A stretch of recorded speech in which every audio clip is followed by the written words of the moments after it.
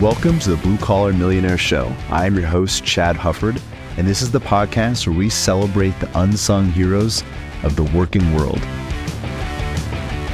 Each week, we dive into the incredible stories of honest, hardworking folks who have found financial success through grit, determination, and good old-fashioned elbow grease. So if you're ready to be inspired and learn how to turn your hard work into your own success story, you're in the right place. This is the Blue Collar Millionaire Show. All right, we're back with another episode of the Blue Collar Millionaire Show. I'm Greg Parrott, and I'm here with host Chad Hufford. Chad, as one of the advisors here at Veritas, there's this concept and there's this question that always comes up about risk and what risk is. And I wanted to ask you about that a little bit. Well, and I think it's, as a general rule, even outside of finances, people don't manage risk well. Right. And there's a tendency for people to try to eliminate all risk, which you cannot do. So you come out of a welding background. Right. Welding is inherently risky. Oh, yeah. So there are things that you do to mitigate risk, but you cannot weld in a risk-free environment. Right. Now, there's necessary risks that you must accept, and there's things that, like, you probably shouldn't smoke while you're welding. Like, I've never welded anything, but I'm guessing that's not a great idea. It's kind of a double whammy on the lungs there. Yeah. Well, and again, like, some are short-term risks. Sure. Like, a burn or explosion. Some are long-term risks. The damage to the lungs, the eyes, like all those things. Yeah. But there's no such thing as no risk. Years and years ago, I worked for a construction company, and we had a truss plant. Okay. And, they had your OSHA signs, all those things that you had to post. And it had safety rules. And then somebody wrote underneath the sign, if you don't move, you won't get hurt.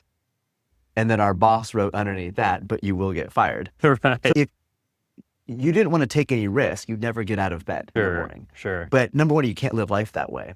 And number two, even that's a risk. Because if you live a sedentary life, we know that's a risk too. Like, can you get injured at the gym? Oh, absolutely. Yeah, you sure could get injured driving to the gym. Yeah. But if you're living a sedentary lifestyle, that's its own risk. So everything has risk. And I think as a general rule, people don't manage risk well. And it's kind of like what you said about the welding. The lung issue is a big risk.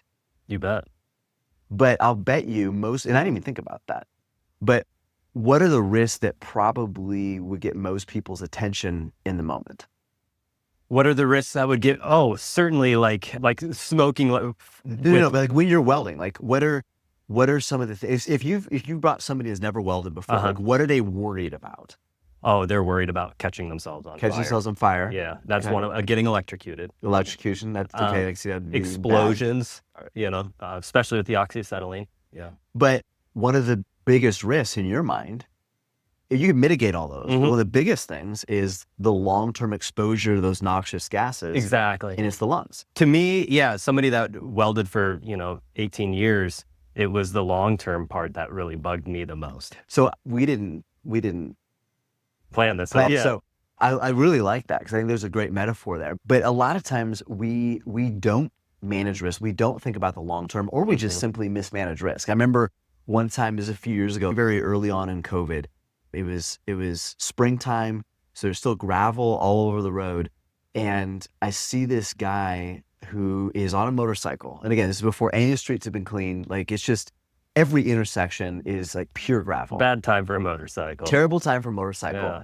It's raining. He's on gravel. He's driving a motorcycle and smoking. Oh, boy. Which is a common theme for today. But he's wearing a mask.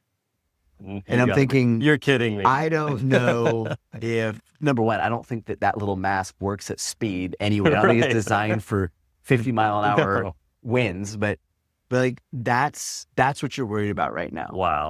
Wow. Smoking on a motorcycle in April through the gravel, but you have a mask on. So it's just like, it'd be like going to a doctor with a gunshot wound and ask him about, there's a splinter that I'd like you to remove. Right. So anyways, that's enough. I think people understand this idea. Okay, human beings, we maybe don't think well when it comes to risk. And just like the welding, I think the most immediate risk can grab our attention so much. that we miss the long-term ones. Right. So an example of that in investing would be not being able to discern temporary declines Sure. from a permanent loss. Okay. So you're talking about like the market volatility piece. That, because it grabs our attention, right? Right. You see that flame coming out of your torch, like, okay, it's like, whoa, we got to pay attention to this, Sure. right? And when it comes to our investments, the biggest risk in retirement from a financial standpoint is running out of money. Or, and we'll get into this more later, maybe it's exhausting your income. Okay. But that's hard to see in the moment. If your 401k drops 10% in a month, or like 7 or 8% in a day that it did a few weeks ago, that gets your attention. That's scary. Yeah. Especially because everybody in the news is telling you this is what you need to worry about. But it's your long-term income that really should be the focus, because financial independence is not a principal problem. It's not about how much your investments are worth at any given time. It's an income issue. Let me say that again. Financial independence, whether we call it retirement or a job optional lifestyle, but financial independence and even multi-generational wealth, it's an income issue, not a principal problem. And the income issue is a long-term thing, but the principle gets our attention in the moment. I'm not saying we need to completely ignore it. Sometimes we do. Sometimes we just stop looking at our statements. But that's what grabs our attention, and we miss the bigger risks in the long term because everything that has our attention in the short term. Well, I think what a lot of people might do is they think of it as an equal correlation at all times. And so how do you talk to people about like, no, this is more, your plan is engineered for the long term rather than what's happening in the next 3 to 6 months? Well, I think one thing that's really good we try to remind people of all the time is you are owning companies. So when your portfolio temporarily goes down 10%, do you really think all the best companies in the world that you own have been permanently hamstrung, have been permanently damaged to the point where you're going to have a 10% reduction in value, income, whatever, for the rest of your life? Again, it's going back to that principle of being able to distinguish between a temporary decline and a permanent loss. So when you look at the stock market, that seems less tangible, and I think it makes it a little more scary. When you look at a company or a bunch of companies that decrease in value, but have not been permanently harmed, maybe there's an obstacle. Sure. To use a metaphor, it's like, pruning a tree. You're temporarily cutting back that tree. It might actually be really good for that tree in the long run. That tree is temporarily smaller than it was before, but you actually might have helped the tree produce more fruit in the long run. So it's getting people to think about getting them outside that moment and thinking long-term income production. You still own all the companies, all the shares of the companies that you owned a month ago. They're just temporarily less valuable than they are today. One of the things that I think we heard from Nick Murray in one of his books is that when we have things that pop up, these companies have an amazing ability to work on, through, and around and above problems. Yeah. And so like what you just said, it's that pruning phase that I feel like people think of that as, I just lost all of my money. Or I just lost 10% or 15, whatever it is, right? And people say all the time, I lost, usually it's not even a percentage. Usually it's a fixed dollar amount. Right. And the only way that makes a difference is if you took all the companies you own and you sell them today. And what that means is if in a well-diversified portfolio, historically, the only way to lose is to sell during a downturn. So it's not a market event. It's not an investment event. It's a personal event. Right. It's something that we're making. It's something we're doing. Yeah. So in essence, when people panic out of a well-designed portfolio, they're turning a temporary decline into a permanent loss. It's not a market phenomenon. It's a human phenomenon. So humans take temporary declines and turn them into a permanent loss.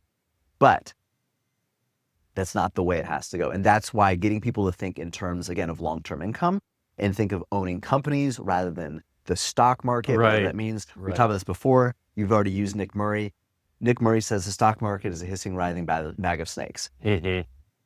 But we don't own the stock market. We own companies, and that's very, very different. So getting people to think more tangibly about that, it's And I'm not saying that these temporary declines aren't uncomfortable, but to your point, there's often opportunity in times of trial and discomfort. And right now,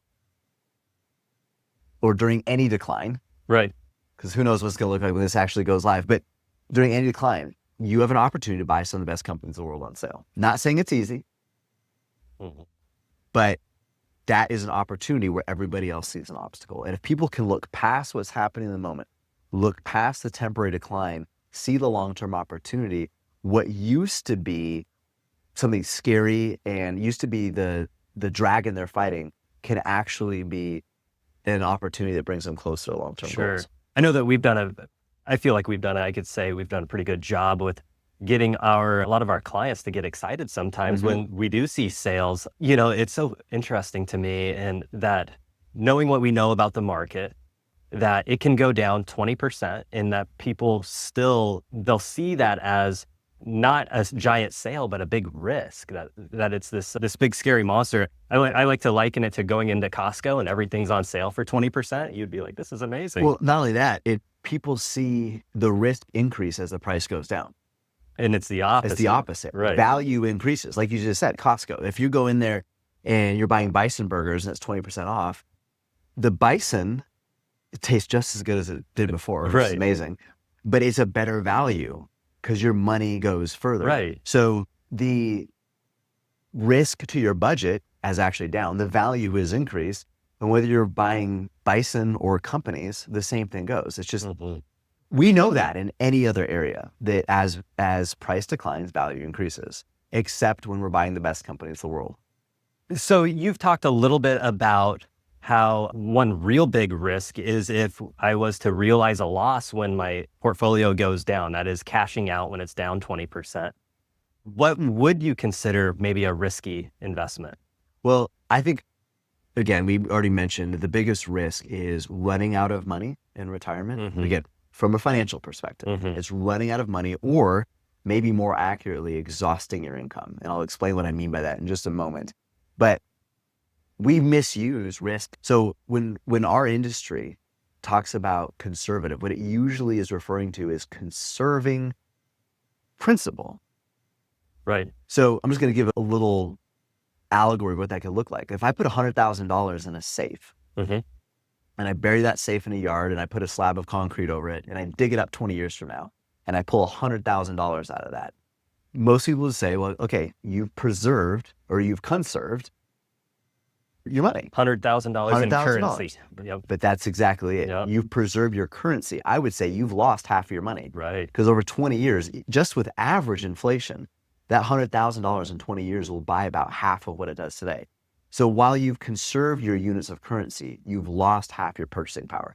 And if we think about, we already talked about this, financial independence coming from preserving income. When I say income, I'm not talking about currency units, I'm talking about purchasing power. How much does that $5,000, $10,000, $15,000 a month you live off of now, how much will that buy in the future? And can we get that income to not only last for the rest of your life, but to increase at least the rate of inflation? So it's preserving long-term income. That's what we need to conserve. Anything that does that is actually a safer investment. Anything that prevents that or hampers your ability to pace inflation, and anything that might lead to you exhausting your purchasing power over your lifetime, is actually a riskier investment. So that brings us to things like fixed income. Right. Where people are typically thinking, okay, this is a safe investment, especially right now when we are in the throes of a lot of market uncertainty. There's huge swings almost every day. And by the way, this happens at least once almost every single year. Yeah. There's always some disaster looming on the horizon. But people want the temporary relief that bonds and fixed income offer. But the long-term risk, the long-term damage is devastating. Oh yeah, absolutely. And I don't know what the welding parallel would be, but I don't know how you would reduce the risk to your lungs, but maybe it's wearing something that makes you uncomfortable in the moment. Yep. I don't know. I mean, it's respirator. Yep. So that feels constricting, right? It feels uncomfortable. Yeah, it's not fun, and it fogs up your glasses, and it's not fun. But I always tell the young people, wear the respirator. Yep. but it saves you from paying a price You bet. 10, 15, 20 years from now that's Yeah. going to be absolutely devastating. Mm-hmm. So that's what we need to be thinking about, is not just what's uncomfortable in the moment. Discomfort doesn't mean destruction. Mm-hmm. Just because something hurts doesn't mean it's harming you. So in addition to separating temporary declines from permanent loss, we also need to separate temporary hurt from long-term harm. But that's the problem with inflation, is inflation permanently sucks the value out of our dollar. And that's the dragon we need to fight. That's the battle that we need to be aware of, making sure that our purchasing power increases, our income, the value of our income, the purchasing power of our income in retirement increases at least the rate that our expenses increase. And fixed income in a rising cost world simply can't do that. It might be comfortable in the moment, like taking off the respirator, Right. but it exposes you to a much greater risk in the long run. Right. And so really we'll have to get into how we go about engineering these plans in a later episode. So definitely listen to Blue Collar Millionaire Show, and we'll get into that question here soon, I'm sure. And just the short answer is owning companies, not lending to them. But yes, there's no such thing as no risk. How do we mitigate risk with more volatile investments? Those are all good subjects. But I think just to remind people that there is no such thing as no risk. It's choosing which risks that you're going to embrace, which ones you can afford to ignore or put further down your priority list. And that's where we come, is help people balance those risks so they are fighting the right battles and they're mitigating the proper risks. And some of these risks, like the temporary price decline, we just have to be able to ignore them. Have to ignore it. And I like that what you said, be an owner, not a loner. That's right. All right. Thanks, Chad. Thanks for listening to the Blue Collar Millionaire Show. We hope this episode has been inspiring and beneficial to you. If you want help on your journey to financial freedom, reach out to us at veritasalaska.com. We'd love to sit down over a cup of coffee with you, either here in our office or virtually, and get to know you and your needs. And though this podcast is free of charge, we do ask that you please do us two quick favors. If you enjoyed the episode, give our pod a great rating on iTunes or whatever podcast platform you use, and also give us a follow on Instagram. We hope you have a wonderful day filled with gratitude and intentionality. God bless.